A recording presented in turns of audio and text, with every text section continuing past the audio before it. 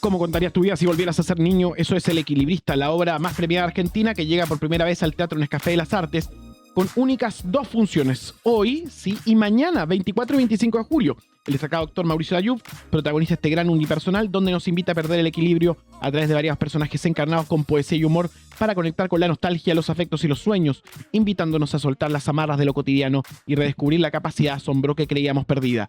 El Equilibrista, no te la pierdas.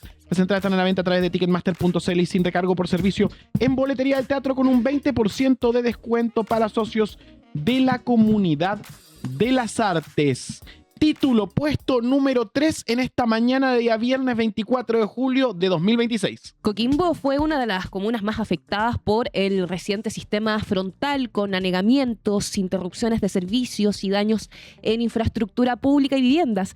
Mientras continúan las labores de emergencia y evaluación, el foco está puesto en la capacidad de respuesta del Estado, la coordinación entre distintos organismos y la rapidez con que llegarán a las familias para las ayudas para las familias damnificadas. Y por eso en esta mañana en Turno AM también conversamos acá en vivo y en directo con el alcalde Ali Manucheri sobre la emergencia, la reconstrucción y el clima político que se ha instalado tras el temporal. Así que bienvenido. ¿Cómo se encuentra, alcalde? Hola, ¿qué tal? Muy buenos días a todos. Saludarlos afectuosamente. Alcalde, ya han pasado varios días desde el temporal. ¿Cuál es la fotografía de Coquimbo el día de hoy? ¿Qué queda resuelto y qué sigue en emergencia? Bueno, la verdad estas han sido etapas bastante duras para los vecinos y vecinas. Hemos pasado desde los fuertes vientos, después tuvimos marejadas, después tuvimos una lluvia intensa que ocasionó que se activaran las quebradas, principalmente en los sectores rurales, generando aislamiento también de vecinos. Y nos tocó lamentar el fallecimiento de 3 personas producto de esta catástrofe. Y hoy día ha mutado un poco la emergencia en mantener a las personas aisladas, haciendo lo posible para poder llegar a esos lugares, pero también se ha sumado el corte de suministro de agua y lo que ha significado el corte de suministro eléctrico. Se ha ido reponiendo en algunos sectores la electricidad, el agua también, pero en algún minuto estábamos con el 75% de la población de Coquimbo, 75% de la población de La Serena, con el corte de suministro, algo tan básico para las personas y que se transformó en una crisis sanitaria, entendiendo que la gente no se puede lavar las manos, no puede lavar los alimentos, no puede tirar la cadena a un baño. Entonces estamos enfrentando una situación bien complicada, sumado a toda la infraestructura deteriorada, lo que han significado las viviendas, las casas perdidas, la infraestructura vial, la conectividad. La verdad que es una catástrofe que no nos ha tocado en las últimas décadas vivir de esta magnitud. Alcalde, permítame comentarle que en medio de la emergencia se hizo viral el motel No Sé, que abrió sus puertas para entregar agua caliente, también el apoyo a los vecinos. ¿Qué es lo que dice usted sobre esa solidaridad? No, espectacular. El Motel No Sé es un ícono de la comuna de Coquimbo. Es un espacio donde muchos coquimbanos ¿Usted disfrutaron ha del ido al amor, motel? No sé. No, pero ¿cómo? disfrutaron del amor. Y el nombre también es muy bueno Sí, porque la el nombre es dueña del increíble. motel Nicolás, la dueña del motel es una mujer colaboradora, pero fuera de serie, muy solidaria. También trabaja, tiene restaurante en la Caleta de Coquimbo, entonces siempre se ha puesto a disposición de la emergencia. Y el Motel No Sé es un ícono acá en la comuna de Coquimbo. No sé si todo el mundo lo ha visitado, pero claramente todos saben dónde está ubicado y su nombre tan particular también, po. Oiga, Porque le preguntaban, ¿dónde estuviste? No sé. no sé, es buena Es bueno baja. para sacárselo. Oiga, pero fuera de la nota de color, usted y su hermano han sido protagonistas de una polémica que tiene que ver con el ministro Poduje. Y el ministro Poduje tiene demasiadas estelas de conflicto dando vueltas. ¿Cuál es su evaluación? Así en serio. ¿Lo que dice Poduje en el tono que lo dice es lo correcto o exagera y tiene intereses, como algunos han dado a entender? No, o sea, en primer lugar, nosotros enfrentando una emergencia, yo creo que él se dispara en los pies. ¿Ya por qué? En primer lugar, sale a cuestionar a mi hermano diciéndole no sé dónde está usted, y mi hermano venía sentado atrás en una camioneta que venía manejando yo y que veníamos con personas que estábamos sacando de las quebradas. Entonces, creo que el nivel de indolencia que tuvo él en sus declaraciones en un momento tan complicado, en el que toma una revancha contra mi hermano y por supuesto con lo que estamos haciendo en la comuna de Coquimbo, con la municipalidad en esta emergencia, es donde al final sale trasquilado porque las imágenes son notorias, la gente nos ha visto a nosotros desplegados, nos ha visto a nosotros ayudando a la gente, no hay ninguna duda de aquello, y eso terminó golpeándolo duro, y aparte, no sé si le dolió más lo que dijo mi hermano, lo que dolió, o lo que le dolió lo propio que dijo la gente de su sector, porque acá la crítica, claro, salta cuando la decimos yo y mi hermano Daniel.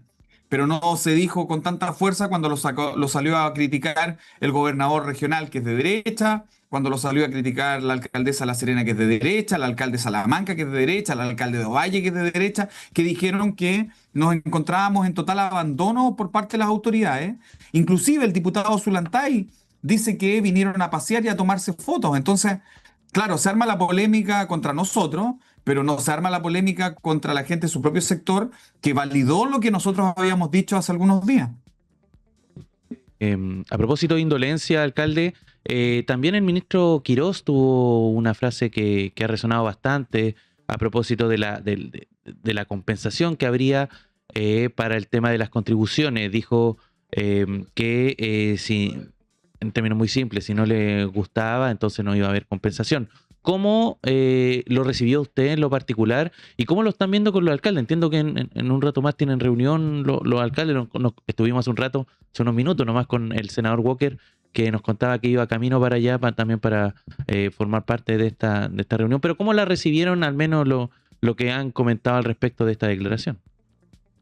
O sea, en primer lugar, yo creo que esto se está transformando en un sello del gobierno. Yo no tengo ningún problema con ello, me llevo bien cuando la gente quiere llevarse bien con todos, pero lo que hemos visto acá, en primer lugar, es una tosudez a la hora de tomar decisiones. Nos ha tocado a los alcaldes y alcaldesas reunirnos, en algún minuto planteamos esto en una mesa en Santiago, en La Moneda, con el ministro Quirós, le dijimos, ministro, es necesario que se analice la focalización, que esa focalización de las contribuciones permita que la gente que menos tiene acceda a un beneficio. Pero si en Chile hay personas que ganan más de 10 millones, 15 millones, hasta 100 millones, que sigan pagando sus contribuciones. No nos dijo. Acá no hay focalización. Y se acabó la discusión. Ni siquiera decir, mira, a ver cuál es la propuesta que tienen ustedes, veamos, analicémosla. Nada. No. Eso es lo que ellos plantean y por eso nosotros los alcaldes dijimos que más allá de una reunión donde nosotros podamos poner nuestros puntos de vista, acá hay un programa ideológico y ese programa ideológico se sostiene más allá de las diferencias que se puedan generar con los que pensamos distinto. Entonces, es algo que también nosotros teníamos claro, pero que lo están echando a andar con mucha fuerza. Y eso también se contagia, porque si vemos a un ministro Quirós con esa actitud, después también vemos a un ministro Poduje con la misma actitud y después vemos a otros ministros con la misma actitud. Entonces, creo que acá hay un tema que se va marcando un sello del gobierno, que está terminando hoy día afectando a las relaciones con una oposición que está buscando que las cosas se hagan de buena manera, pero que tampoco estamos dispuestos a aceptar que se pase a llevar a los vecinos y vecinas de las diferentes comunas de Chile. El municipalismo partió con una visión muy transversal.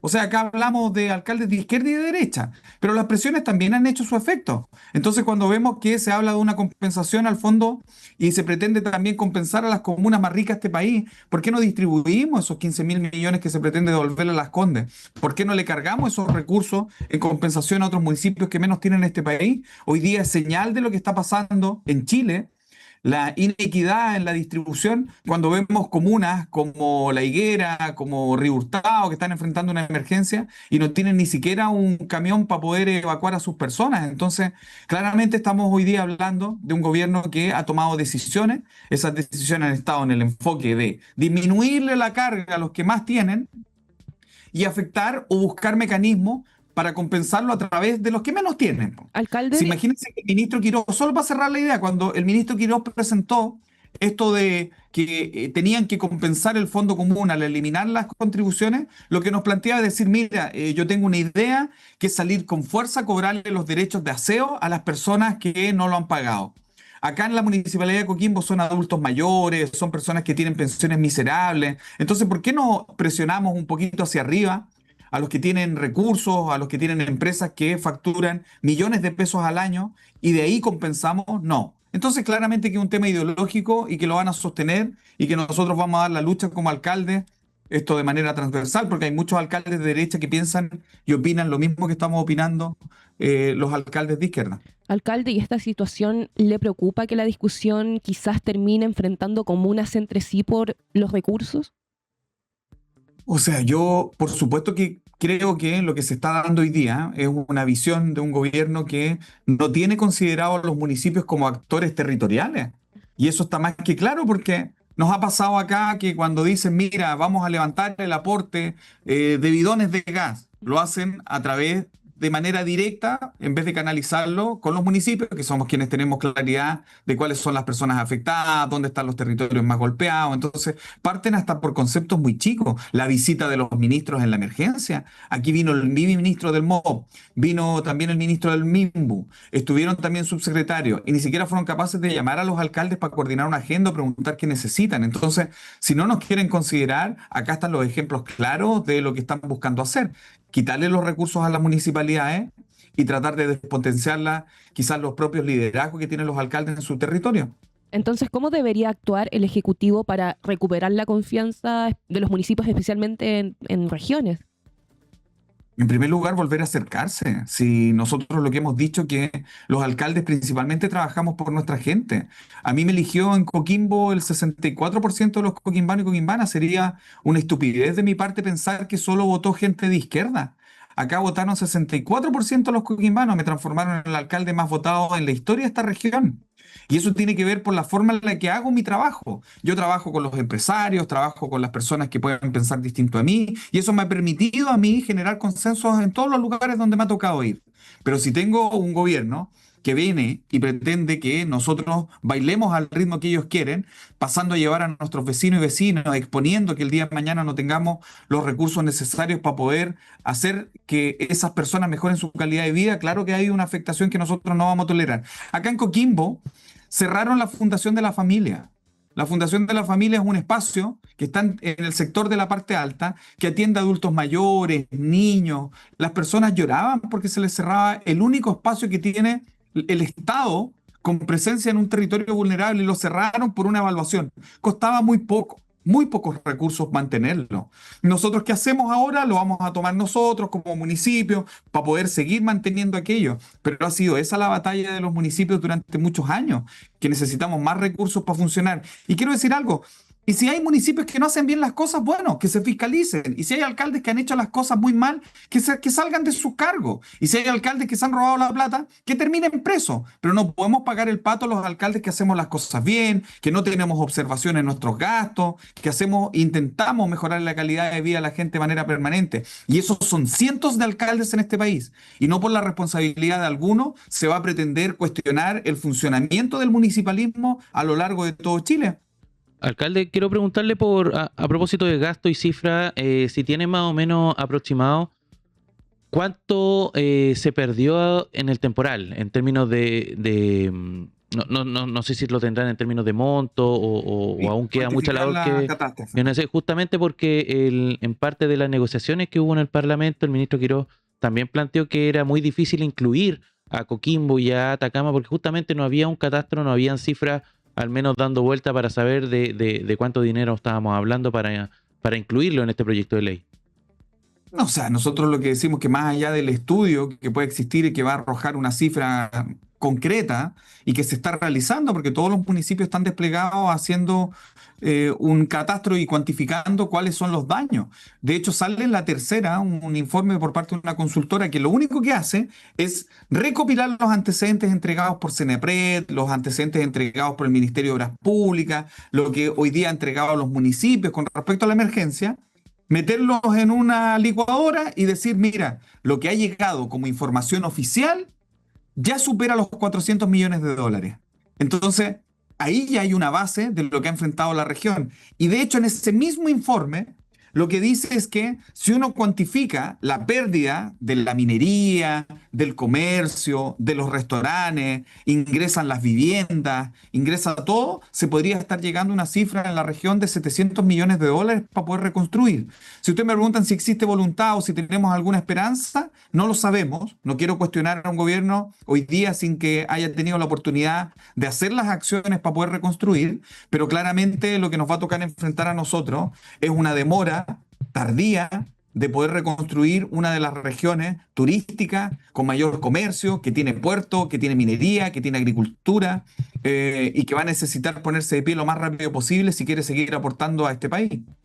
Alcalde, y bueno, para ir cerrando, tenemos acá mucho hincha de Coquimbo que nos está preguntando por qué está suspendido el partido el fin de semana, justamente por esta situación de catástrofe. ¿Cómo es la situación también respecto, para que tengan conocimiento respecto al estadio, las inmediaciones del estadio y la situación en general respecto bueno, usted fue futbolista en su tiempo. Entiendo que también hincha de Coquimbo, no tengo la certeza, pero me lo aclarará usted. No, bueno, yo fui jugador 20 años, me tocó estar en varias oportunidades en Coquimbo, me formé aquí, me retiré el 2018 con la Copa de Ascenso después de 11 años y con la jineta capitán en el brazo. Y la verdad que hoy día disfruto también estar como alcalde y tener la oportunidad de ver a Coquimbo entregándole tanta alegría a su gente. No se va a poder jugar, yo hablé con Pablo Milad, me comuniqué con él, le dije que era imposible que nosotros pudiéramos llegar con el estadio habilitado se transforma en las emergencias, en el punto de encuentro. Ahí nosotros también hemos tenido la oportunidad de hospedar a bomberos de todo Chile, hemos tenido también la instancia de recibir los aportes de los vecinos y vecinas. Entonces, estamos hoy día estamos en zona de catástrofe, en estado de catástrofe, perdón, y lo que hoy día puede significar jugar un partido no cuenta con ninguno de los requisitos necesarios, ni de seguridad. Carabineros está desplegado en todos lados, ni tampoco en las condiciones en las que se encuentra la infraestructura del estadio para habilitarla y recibir a los jugadores. Muchas gracias, alcalde. Queríamos agradecerle por acompañarnos en esta mañana en Turno AM. Esperemos que esté nuevamente con nosotros más adelante, cuando quiera. Ahí vamos a estar. Muchas gracias. Un abrazo grande. Chao, chao. Muchas gracias. Puesto número 2. Estados Unidos aplicó a Chile un arancel de castigo de 12,5%, la tasa máxima fijada en una investigación del USTR contra 60 economías por importar bienes producidos con trabajo forzoso o no contar con medidas suficientes para impedirlo.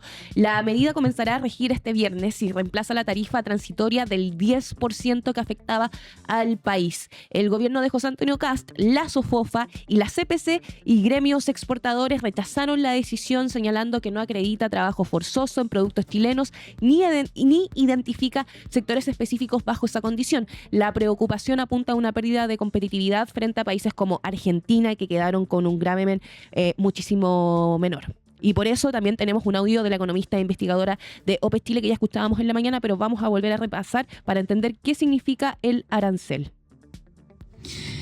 El día de ayer Donald Trump tomó una decisión que afecta fuertemente a la economía mundial y en particular a nuestro país, donde oficializa un aumento de aranceles para las importaciones chilenas, elevando la sobretasa del 10%, que regía de forma provisional desde inicio de año, a un 12,5%. ¿Cuál fue la justificación para tomar esta decisión? Acusan a Chile y a otras 50 economías de no combatir suficientemente el trabajo forzoso en sus cadenas productivas. Pero, bueno, ¿qué es eso? ¿Qué es ese trabajo forzoso? Según la OIT, se trata de cualquier labor exigida a una persona bajo coacción, engaño, amenaza, retención de salario o confiscación de documentos. En simple, son formas modernas de explotación. Por eso, la acusación evidentemente tuvo repercusiones en la Cancillería chilena, indicando que es una medida que no tiene una justificación, que lo que se plantea es infundado y que Chile no exporta bienes en esas condiciones. Y que termina siendo un criterio regulatorio arbitrario de Estados Unidos que distorsiona los tratados de libre comercio. En simple, ¿qué significa? Que aumenten los aranceles para la gente en su casa, para la economía nacional. Imaginemos, por ejemplo, que un comprador en Estados Unidos adquiere una caja de vinos o de salmón a un productor chileno por $100. Antes, gracias a los tratados de libre comercio, pagaba cero impuestos. Luego pasó a pagar $10 a propósito de las decisiones que toma Trump a inicio de este año, y ahora tendrá que pagarle $12,5 adicionales a la aduana estadounidense. ¿Qué implica eso? Que el producto chileno sube de precio y pierde competitividad en el mercado norteamericano. O también que el exportador en Chile debe recortar sus márgenes y por lo tanto va a reducir costos para no quedar fuera del mercado. Y esto tiene otros efectos que implica que sectores, por ejemplo, como el salmón, las frutas frescas, el vino, la madera, donde miles de empleos dependen de ese mercado, van a verse golpeados. Quedaron exentos, sí, el cobre y el litio, básicamente porque constituyen materias primas que son estratégicas para Estados Unidos y que Estados Unidos necesita para sus propias industrias, ¿cierto? Diría que adicional a comentar lo que ocurre y sus potenciales efectos, o sus efectos más bien, más derechamente, lo que queda aquí en jaque y lo relevante es que por muchas décadas nos han vendido la idea de que los tratados de libre comercio eran marcos jurídicos intocables que garantizaban estabilidad y certidumbre en las economías pequeñas y abiertas como la nuestra. Sin embargo, hoy día vemos que esa institucionalidad se desmorona y que existe una potencia hegemónica que decide actuar con total unilateralismo y que esos acuerdos pasan a ser entonces cosas que no se respetan.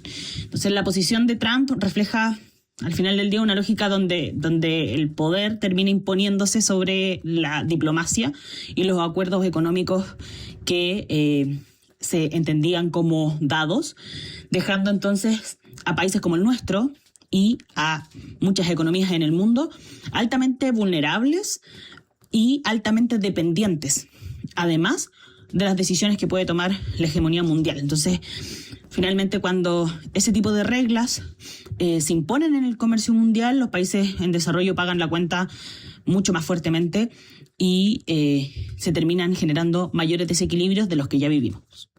Quiero hacer una pregunta. ¿No que éramos amigos de Donald Trump y nos iba a salvar? Oye, que muy interesante, sobre todo lo último que plantea Bárbara respecto a esto como la debilidad que tienen. La verdad es que en un momento los tratados de libre comercio eran la panacea. Sí, pues era todo era firmar el TLC. El presidente Frei se esmeró con bastantes viajes, digamos, para tener todos estos tratados que hoy día están en boga, en vigencia, con Estados Unidos, con el Asia-Pacífico, en fin. Y hoy día están simplemente con una decisión práctica de una administración, en el caso de la administración Trump, se cambian esos aranceles, bien lo explicaba ella, pasamos del 10 al 12%. Hay una situación que es interesante, interesante evidentemente que esto también va a afectar a varios países que supuestamente son aliados de la administración Trump. Soy muy específico en decir que está el caso de Chile y está el caso de Argentina también. Ambos países afectados dentro de los 60 que van a estar afectados por este arancelazo. Pero al presidente Kast le preguntaron qué haría en esta situación. Se lo preguntaron en una entrevista en Radio Infinita el año 2025 cuando él era candidato. Se ha estado viralizando lo que dijo y lo que respondió el presidente Kast en esa entrevista. Escuchémoslo. Escuchemos. Y lo comentamos. Uh-huh.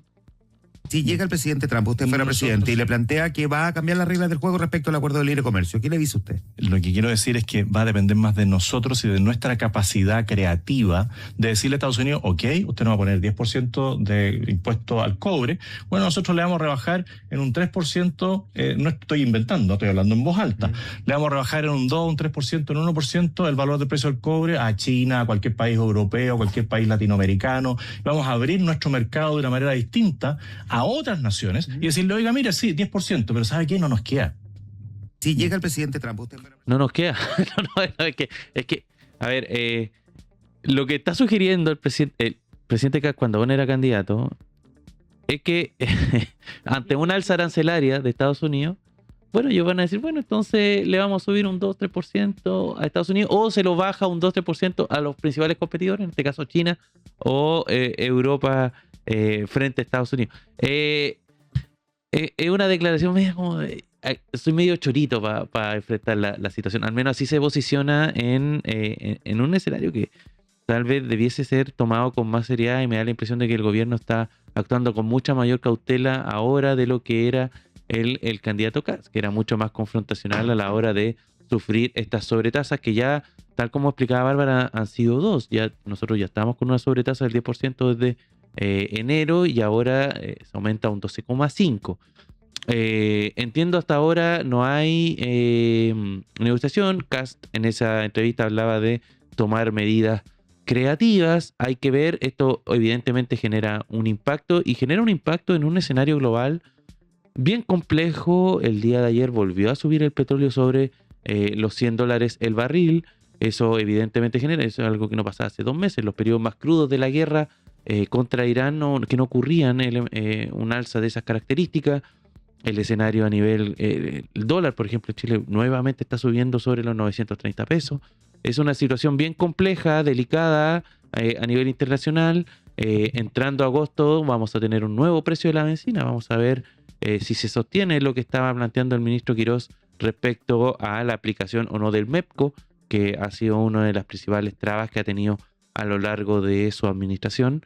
Y vamos a ver qué pasa, porque evidentemente somos un país, no necesariamente un país chico, pero sí un país mediano, y como país mediano en general también estamos dependientes de lo que dicen las principales economías del mundo, y en este caso un arancelazo evidentemente impacta a la nuestra en términos de exportaciones, de inversión, y también de lo que puede afectar a consumidores. 9:32, puesto número 1 de esta mañana. El presidente José Antonio Kast aceptó la renuncia del subsecretario de Hacienda Juan Pablo Rodríguez luego de que un segundo examen de drogas realizado en junio arrojara un resultado positivo en su primera muestra. El gobierno aclaró que el resultado no es definitivo, ya que queda pendiente la contramuestra, pero sostuvo que la notificación obligaba a actuar con transparencia. Rodríguez negó ser consumidor de drogas y anunció acciones para defender su honra, mientras Tomás Bustamante, jefe de asesores de Jorge Quirós, asumirá como subsecretario subrogante. La salida sucede en plena tensión legislativa por la mega reforma, donde Rodríguez cumplía un rol clave en las negociaciones, vocerías y coordinación en servicios dependientes de Hacienda. Sí, esta noticia hoy evidentemente nos golpeó todo ayer. Estamos en la noche, ¿no? Hay muchas líneas de información. Ya habíamos tenido una reunión, la reunión de pauta y todo. Sí, ya estábamos fuera. Está la pauta lista para hoy. Y esto evidentemente plantea un giro.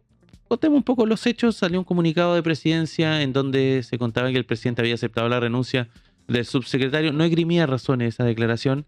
Entonces todos nos especulábamos que el gran error, el bochorno del cual habíamos estado hablando esta semana respecto a la mega reforma, eso de que no contaron los votos, empezamos a suponer que el subsecretario a lo mejor tenía algún tipo de responsabilidad. Claro, pero era raro. ¿Por qué? Porque yo al menos lo que tenía entendido, en general el subsecretario ocupó un rol menor en las negociaciones y en el trabajo legislativo respecto a la mega reforma. No estaba muy involucrado. Se le veía en las fotos con Jorge Quirós, esa es una de las imágenes, sentado al lado de él, pero muchas veces se ponía de pie, se iba hacia otras funciones, después volvía a la sala, digamos, no estaba con su atención total en esto, y también lo que plantean algunos parlamentarios tampoco era una figura que generara los acuerdos, era directamente Jorge Quirós el que realizaba las negociaciones. Entonces parecía raro que hubiese sido responsabilidad de él. Además, hasta ahora nadie había mencionado tanto Hacienda. La UDI le echaba la culpa a la SECPRES y desde Interior le echaba la culpa a la UDI. No salía de ese círculo de responsabilidad, entonces que apareciera este subsecretario como responsable. Sonaba medio raro, pero podía pasar. Dentro de todo no era alguien ajeno a las conversaciones.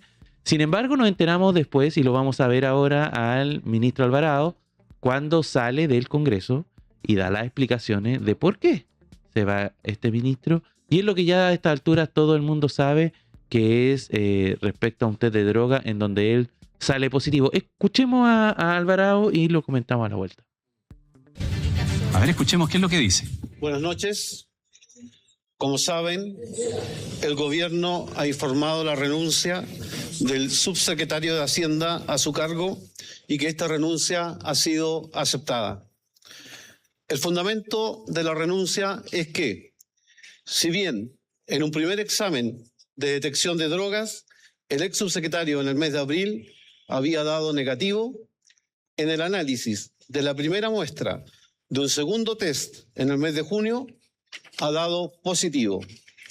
Todavía queda pendiente el análisis de la contramuestra y el ex subsecretario además nos ha comunicado se realizará exámenes adicionales en otros laboratorios para descartar cualquier tipo de consumo. Tal como lo hemos señalado, el gobierno ha establecido un compromiso claro de actuar con total transparencia. Y si bien este resultado no es definitivo, esta notificación legal nos obliga a actuar en consecuencia. El gobierno agradece la labor desempeñada por el ex subsecretario de Hacienda, señor Juan Pablo Rodríguez. Muchas gracias. Él reconoció el consumo de droga. A ver, hay un tema que es que No respondió pregunta, Álvaro. sí, a mí lo que me llama la atención es que presentan esta situación frente a toda la audiencia y no está cerrada la investigación. Entonces, la sensación que tengo es que expusieron a una persona.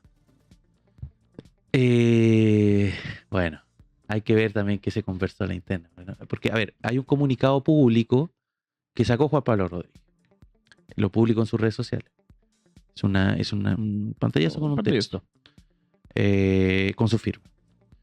Y me parece que con los colores del gobierno, no me acuerdo bien, pero parece que con los Azul. colores, o muy parecido al azul, Claro. no me acuerdo bien. En ese comunicado que está en sus redes sociales, Rodríguez, básicamente él dice, yo no soy un consumidor de droga, Sí, po. pero que evidentemente el examen lo mancha, lo deja complicado.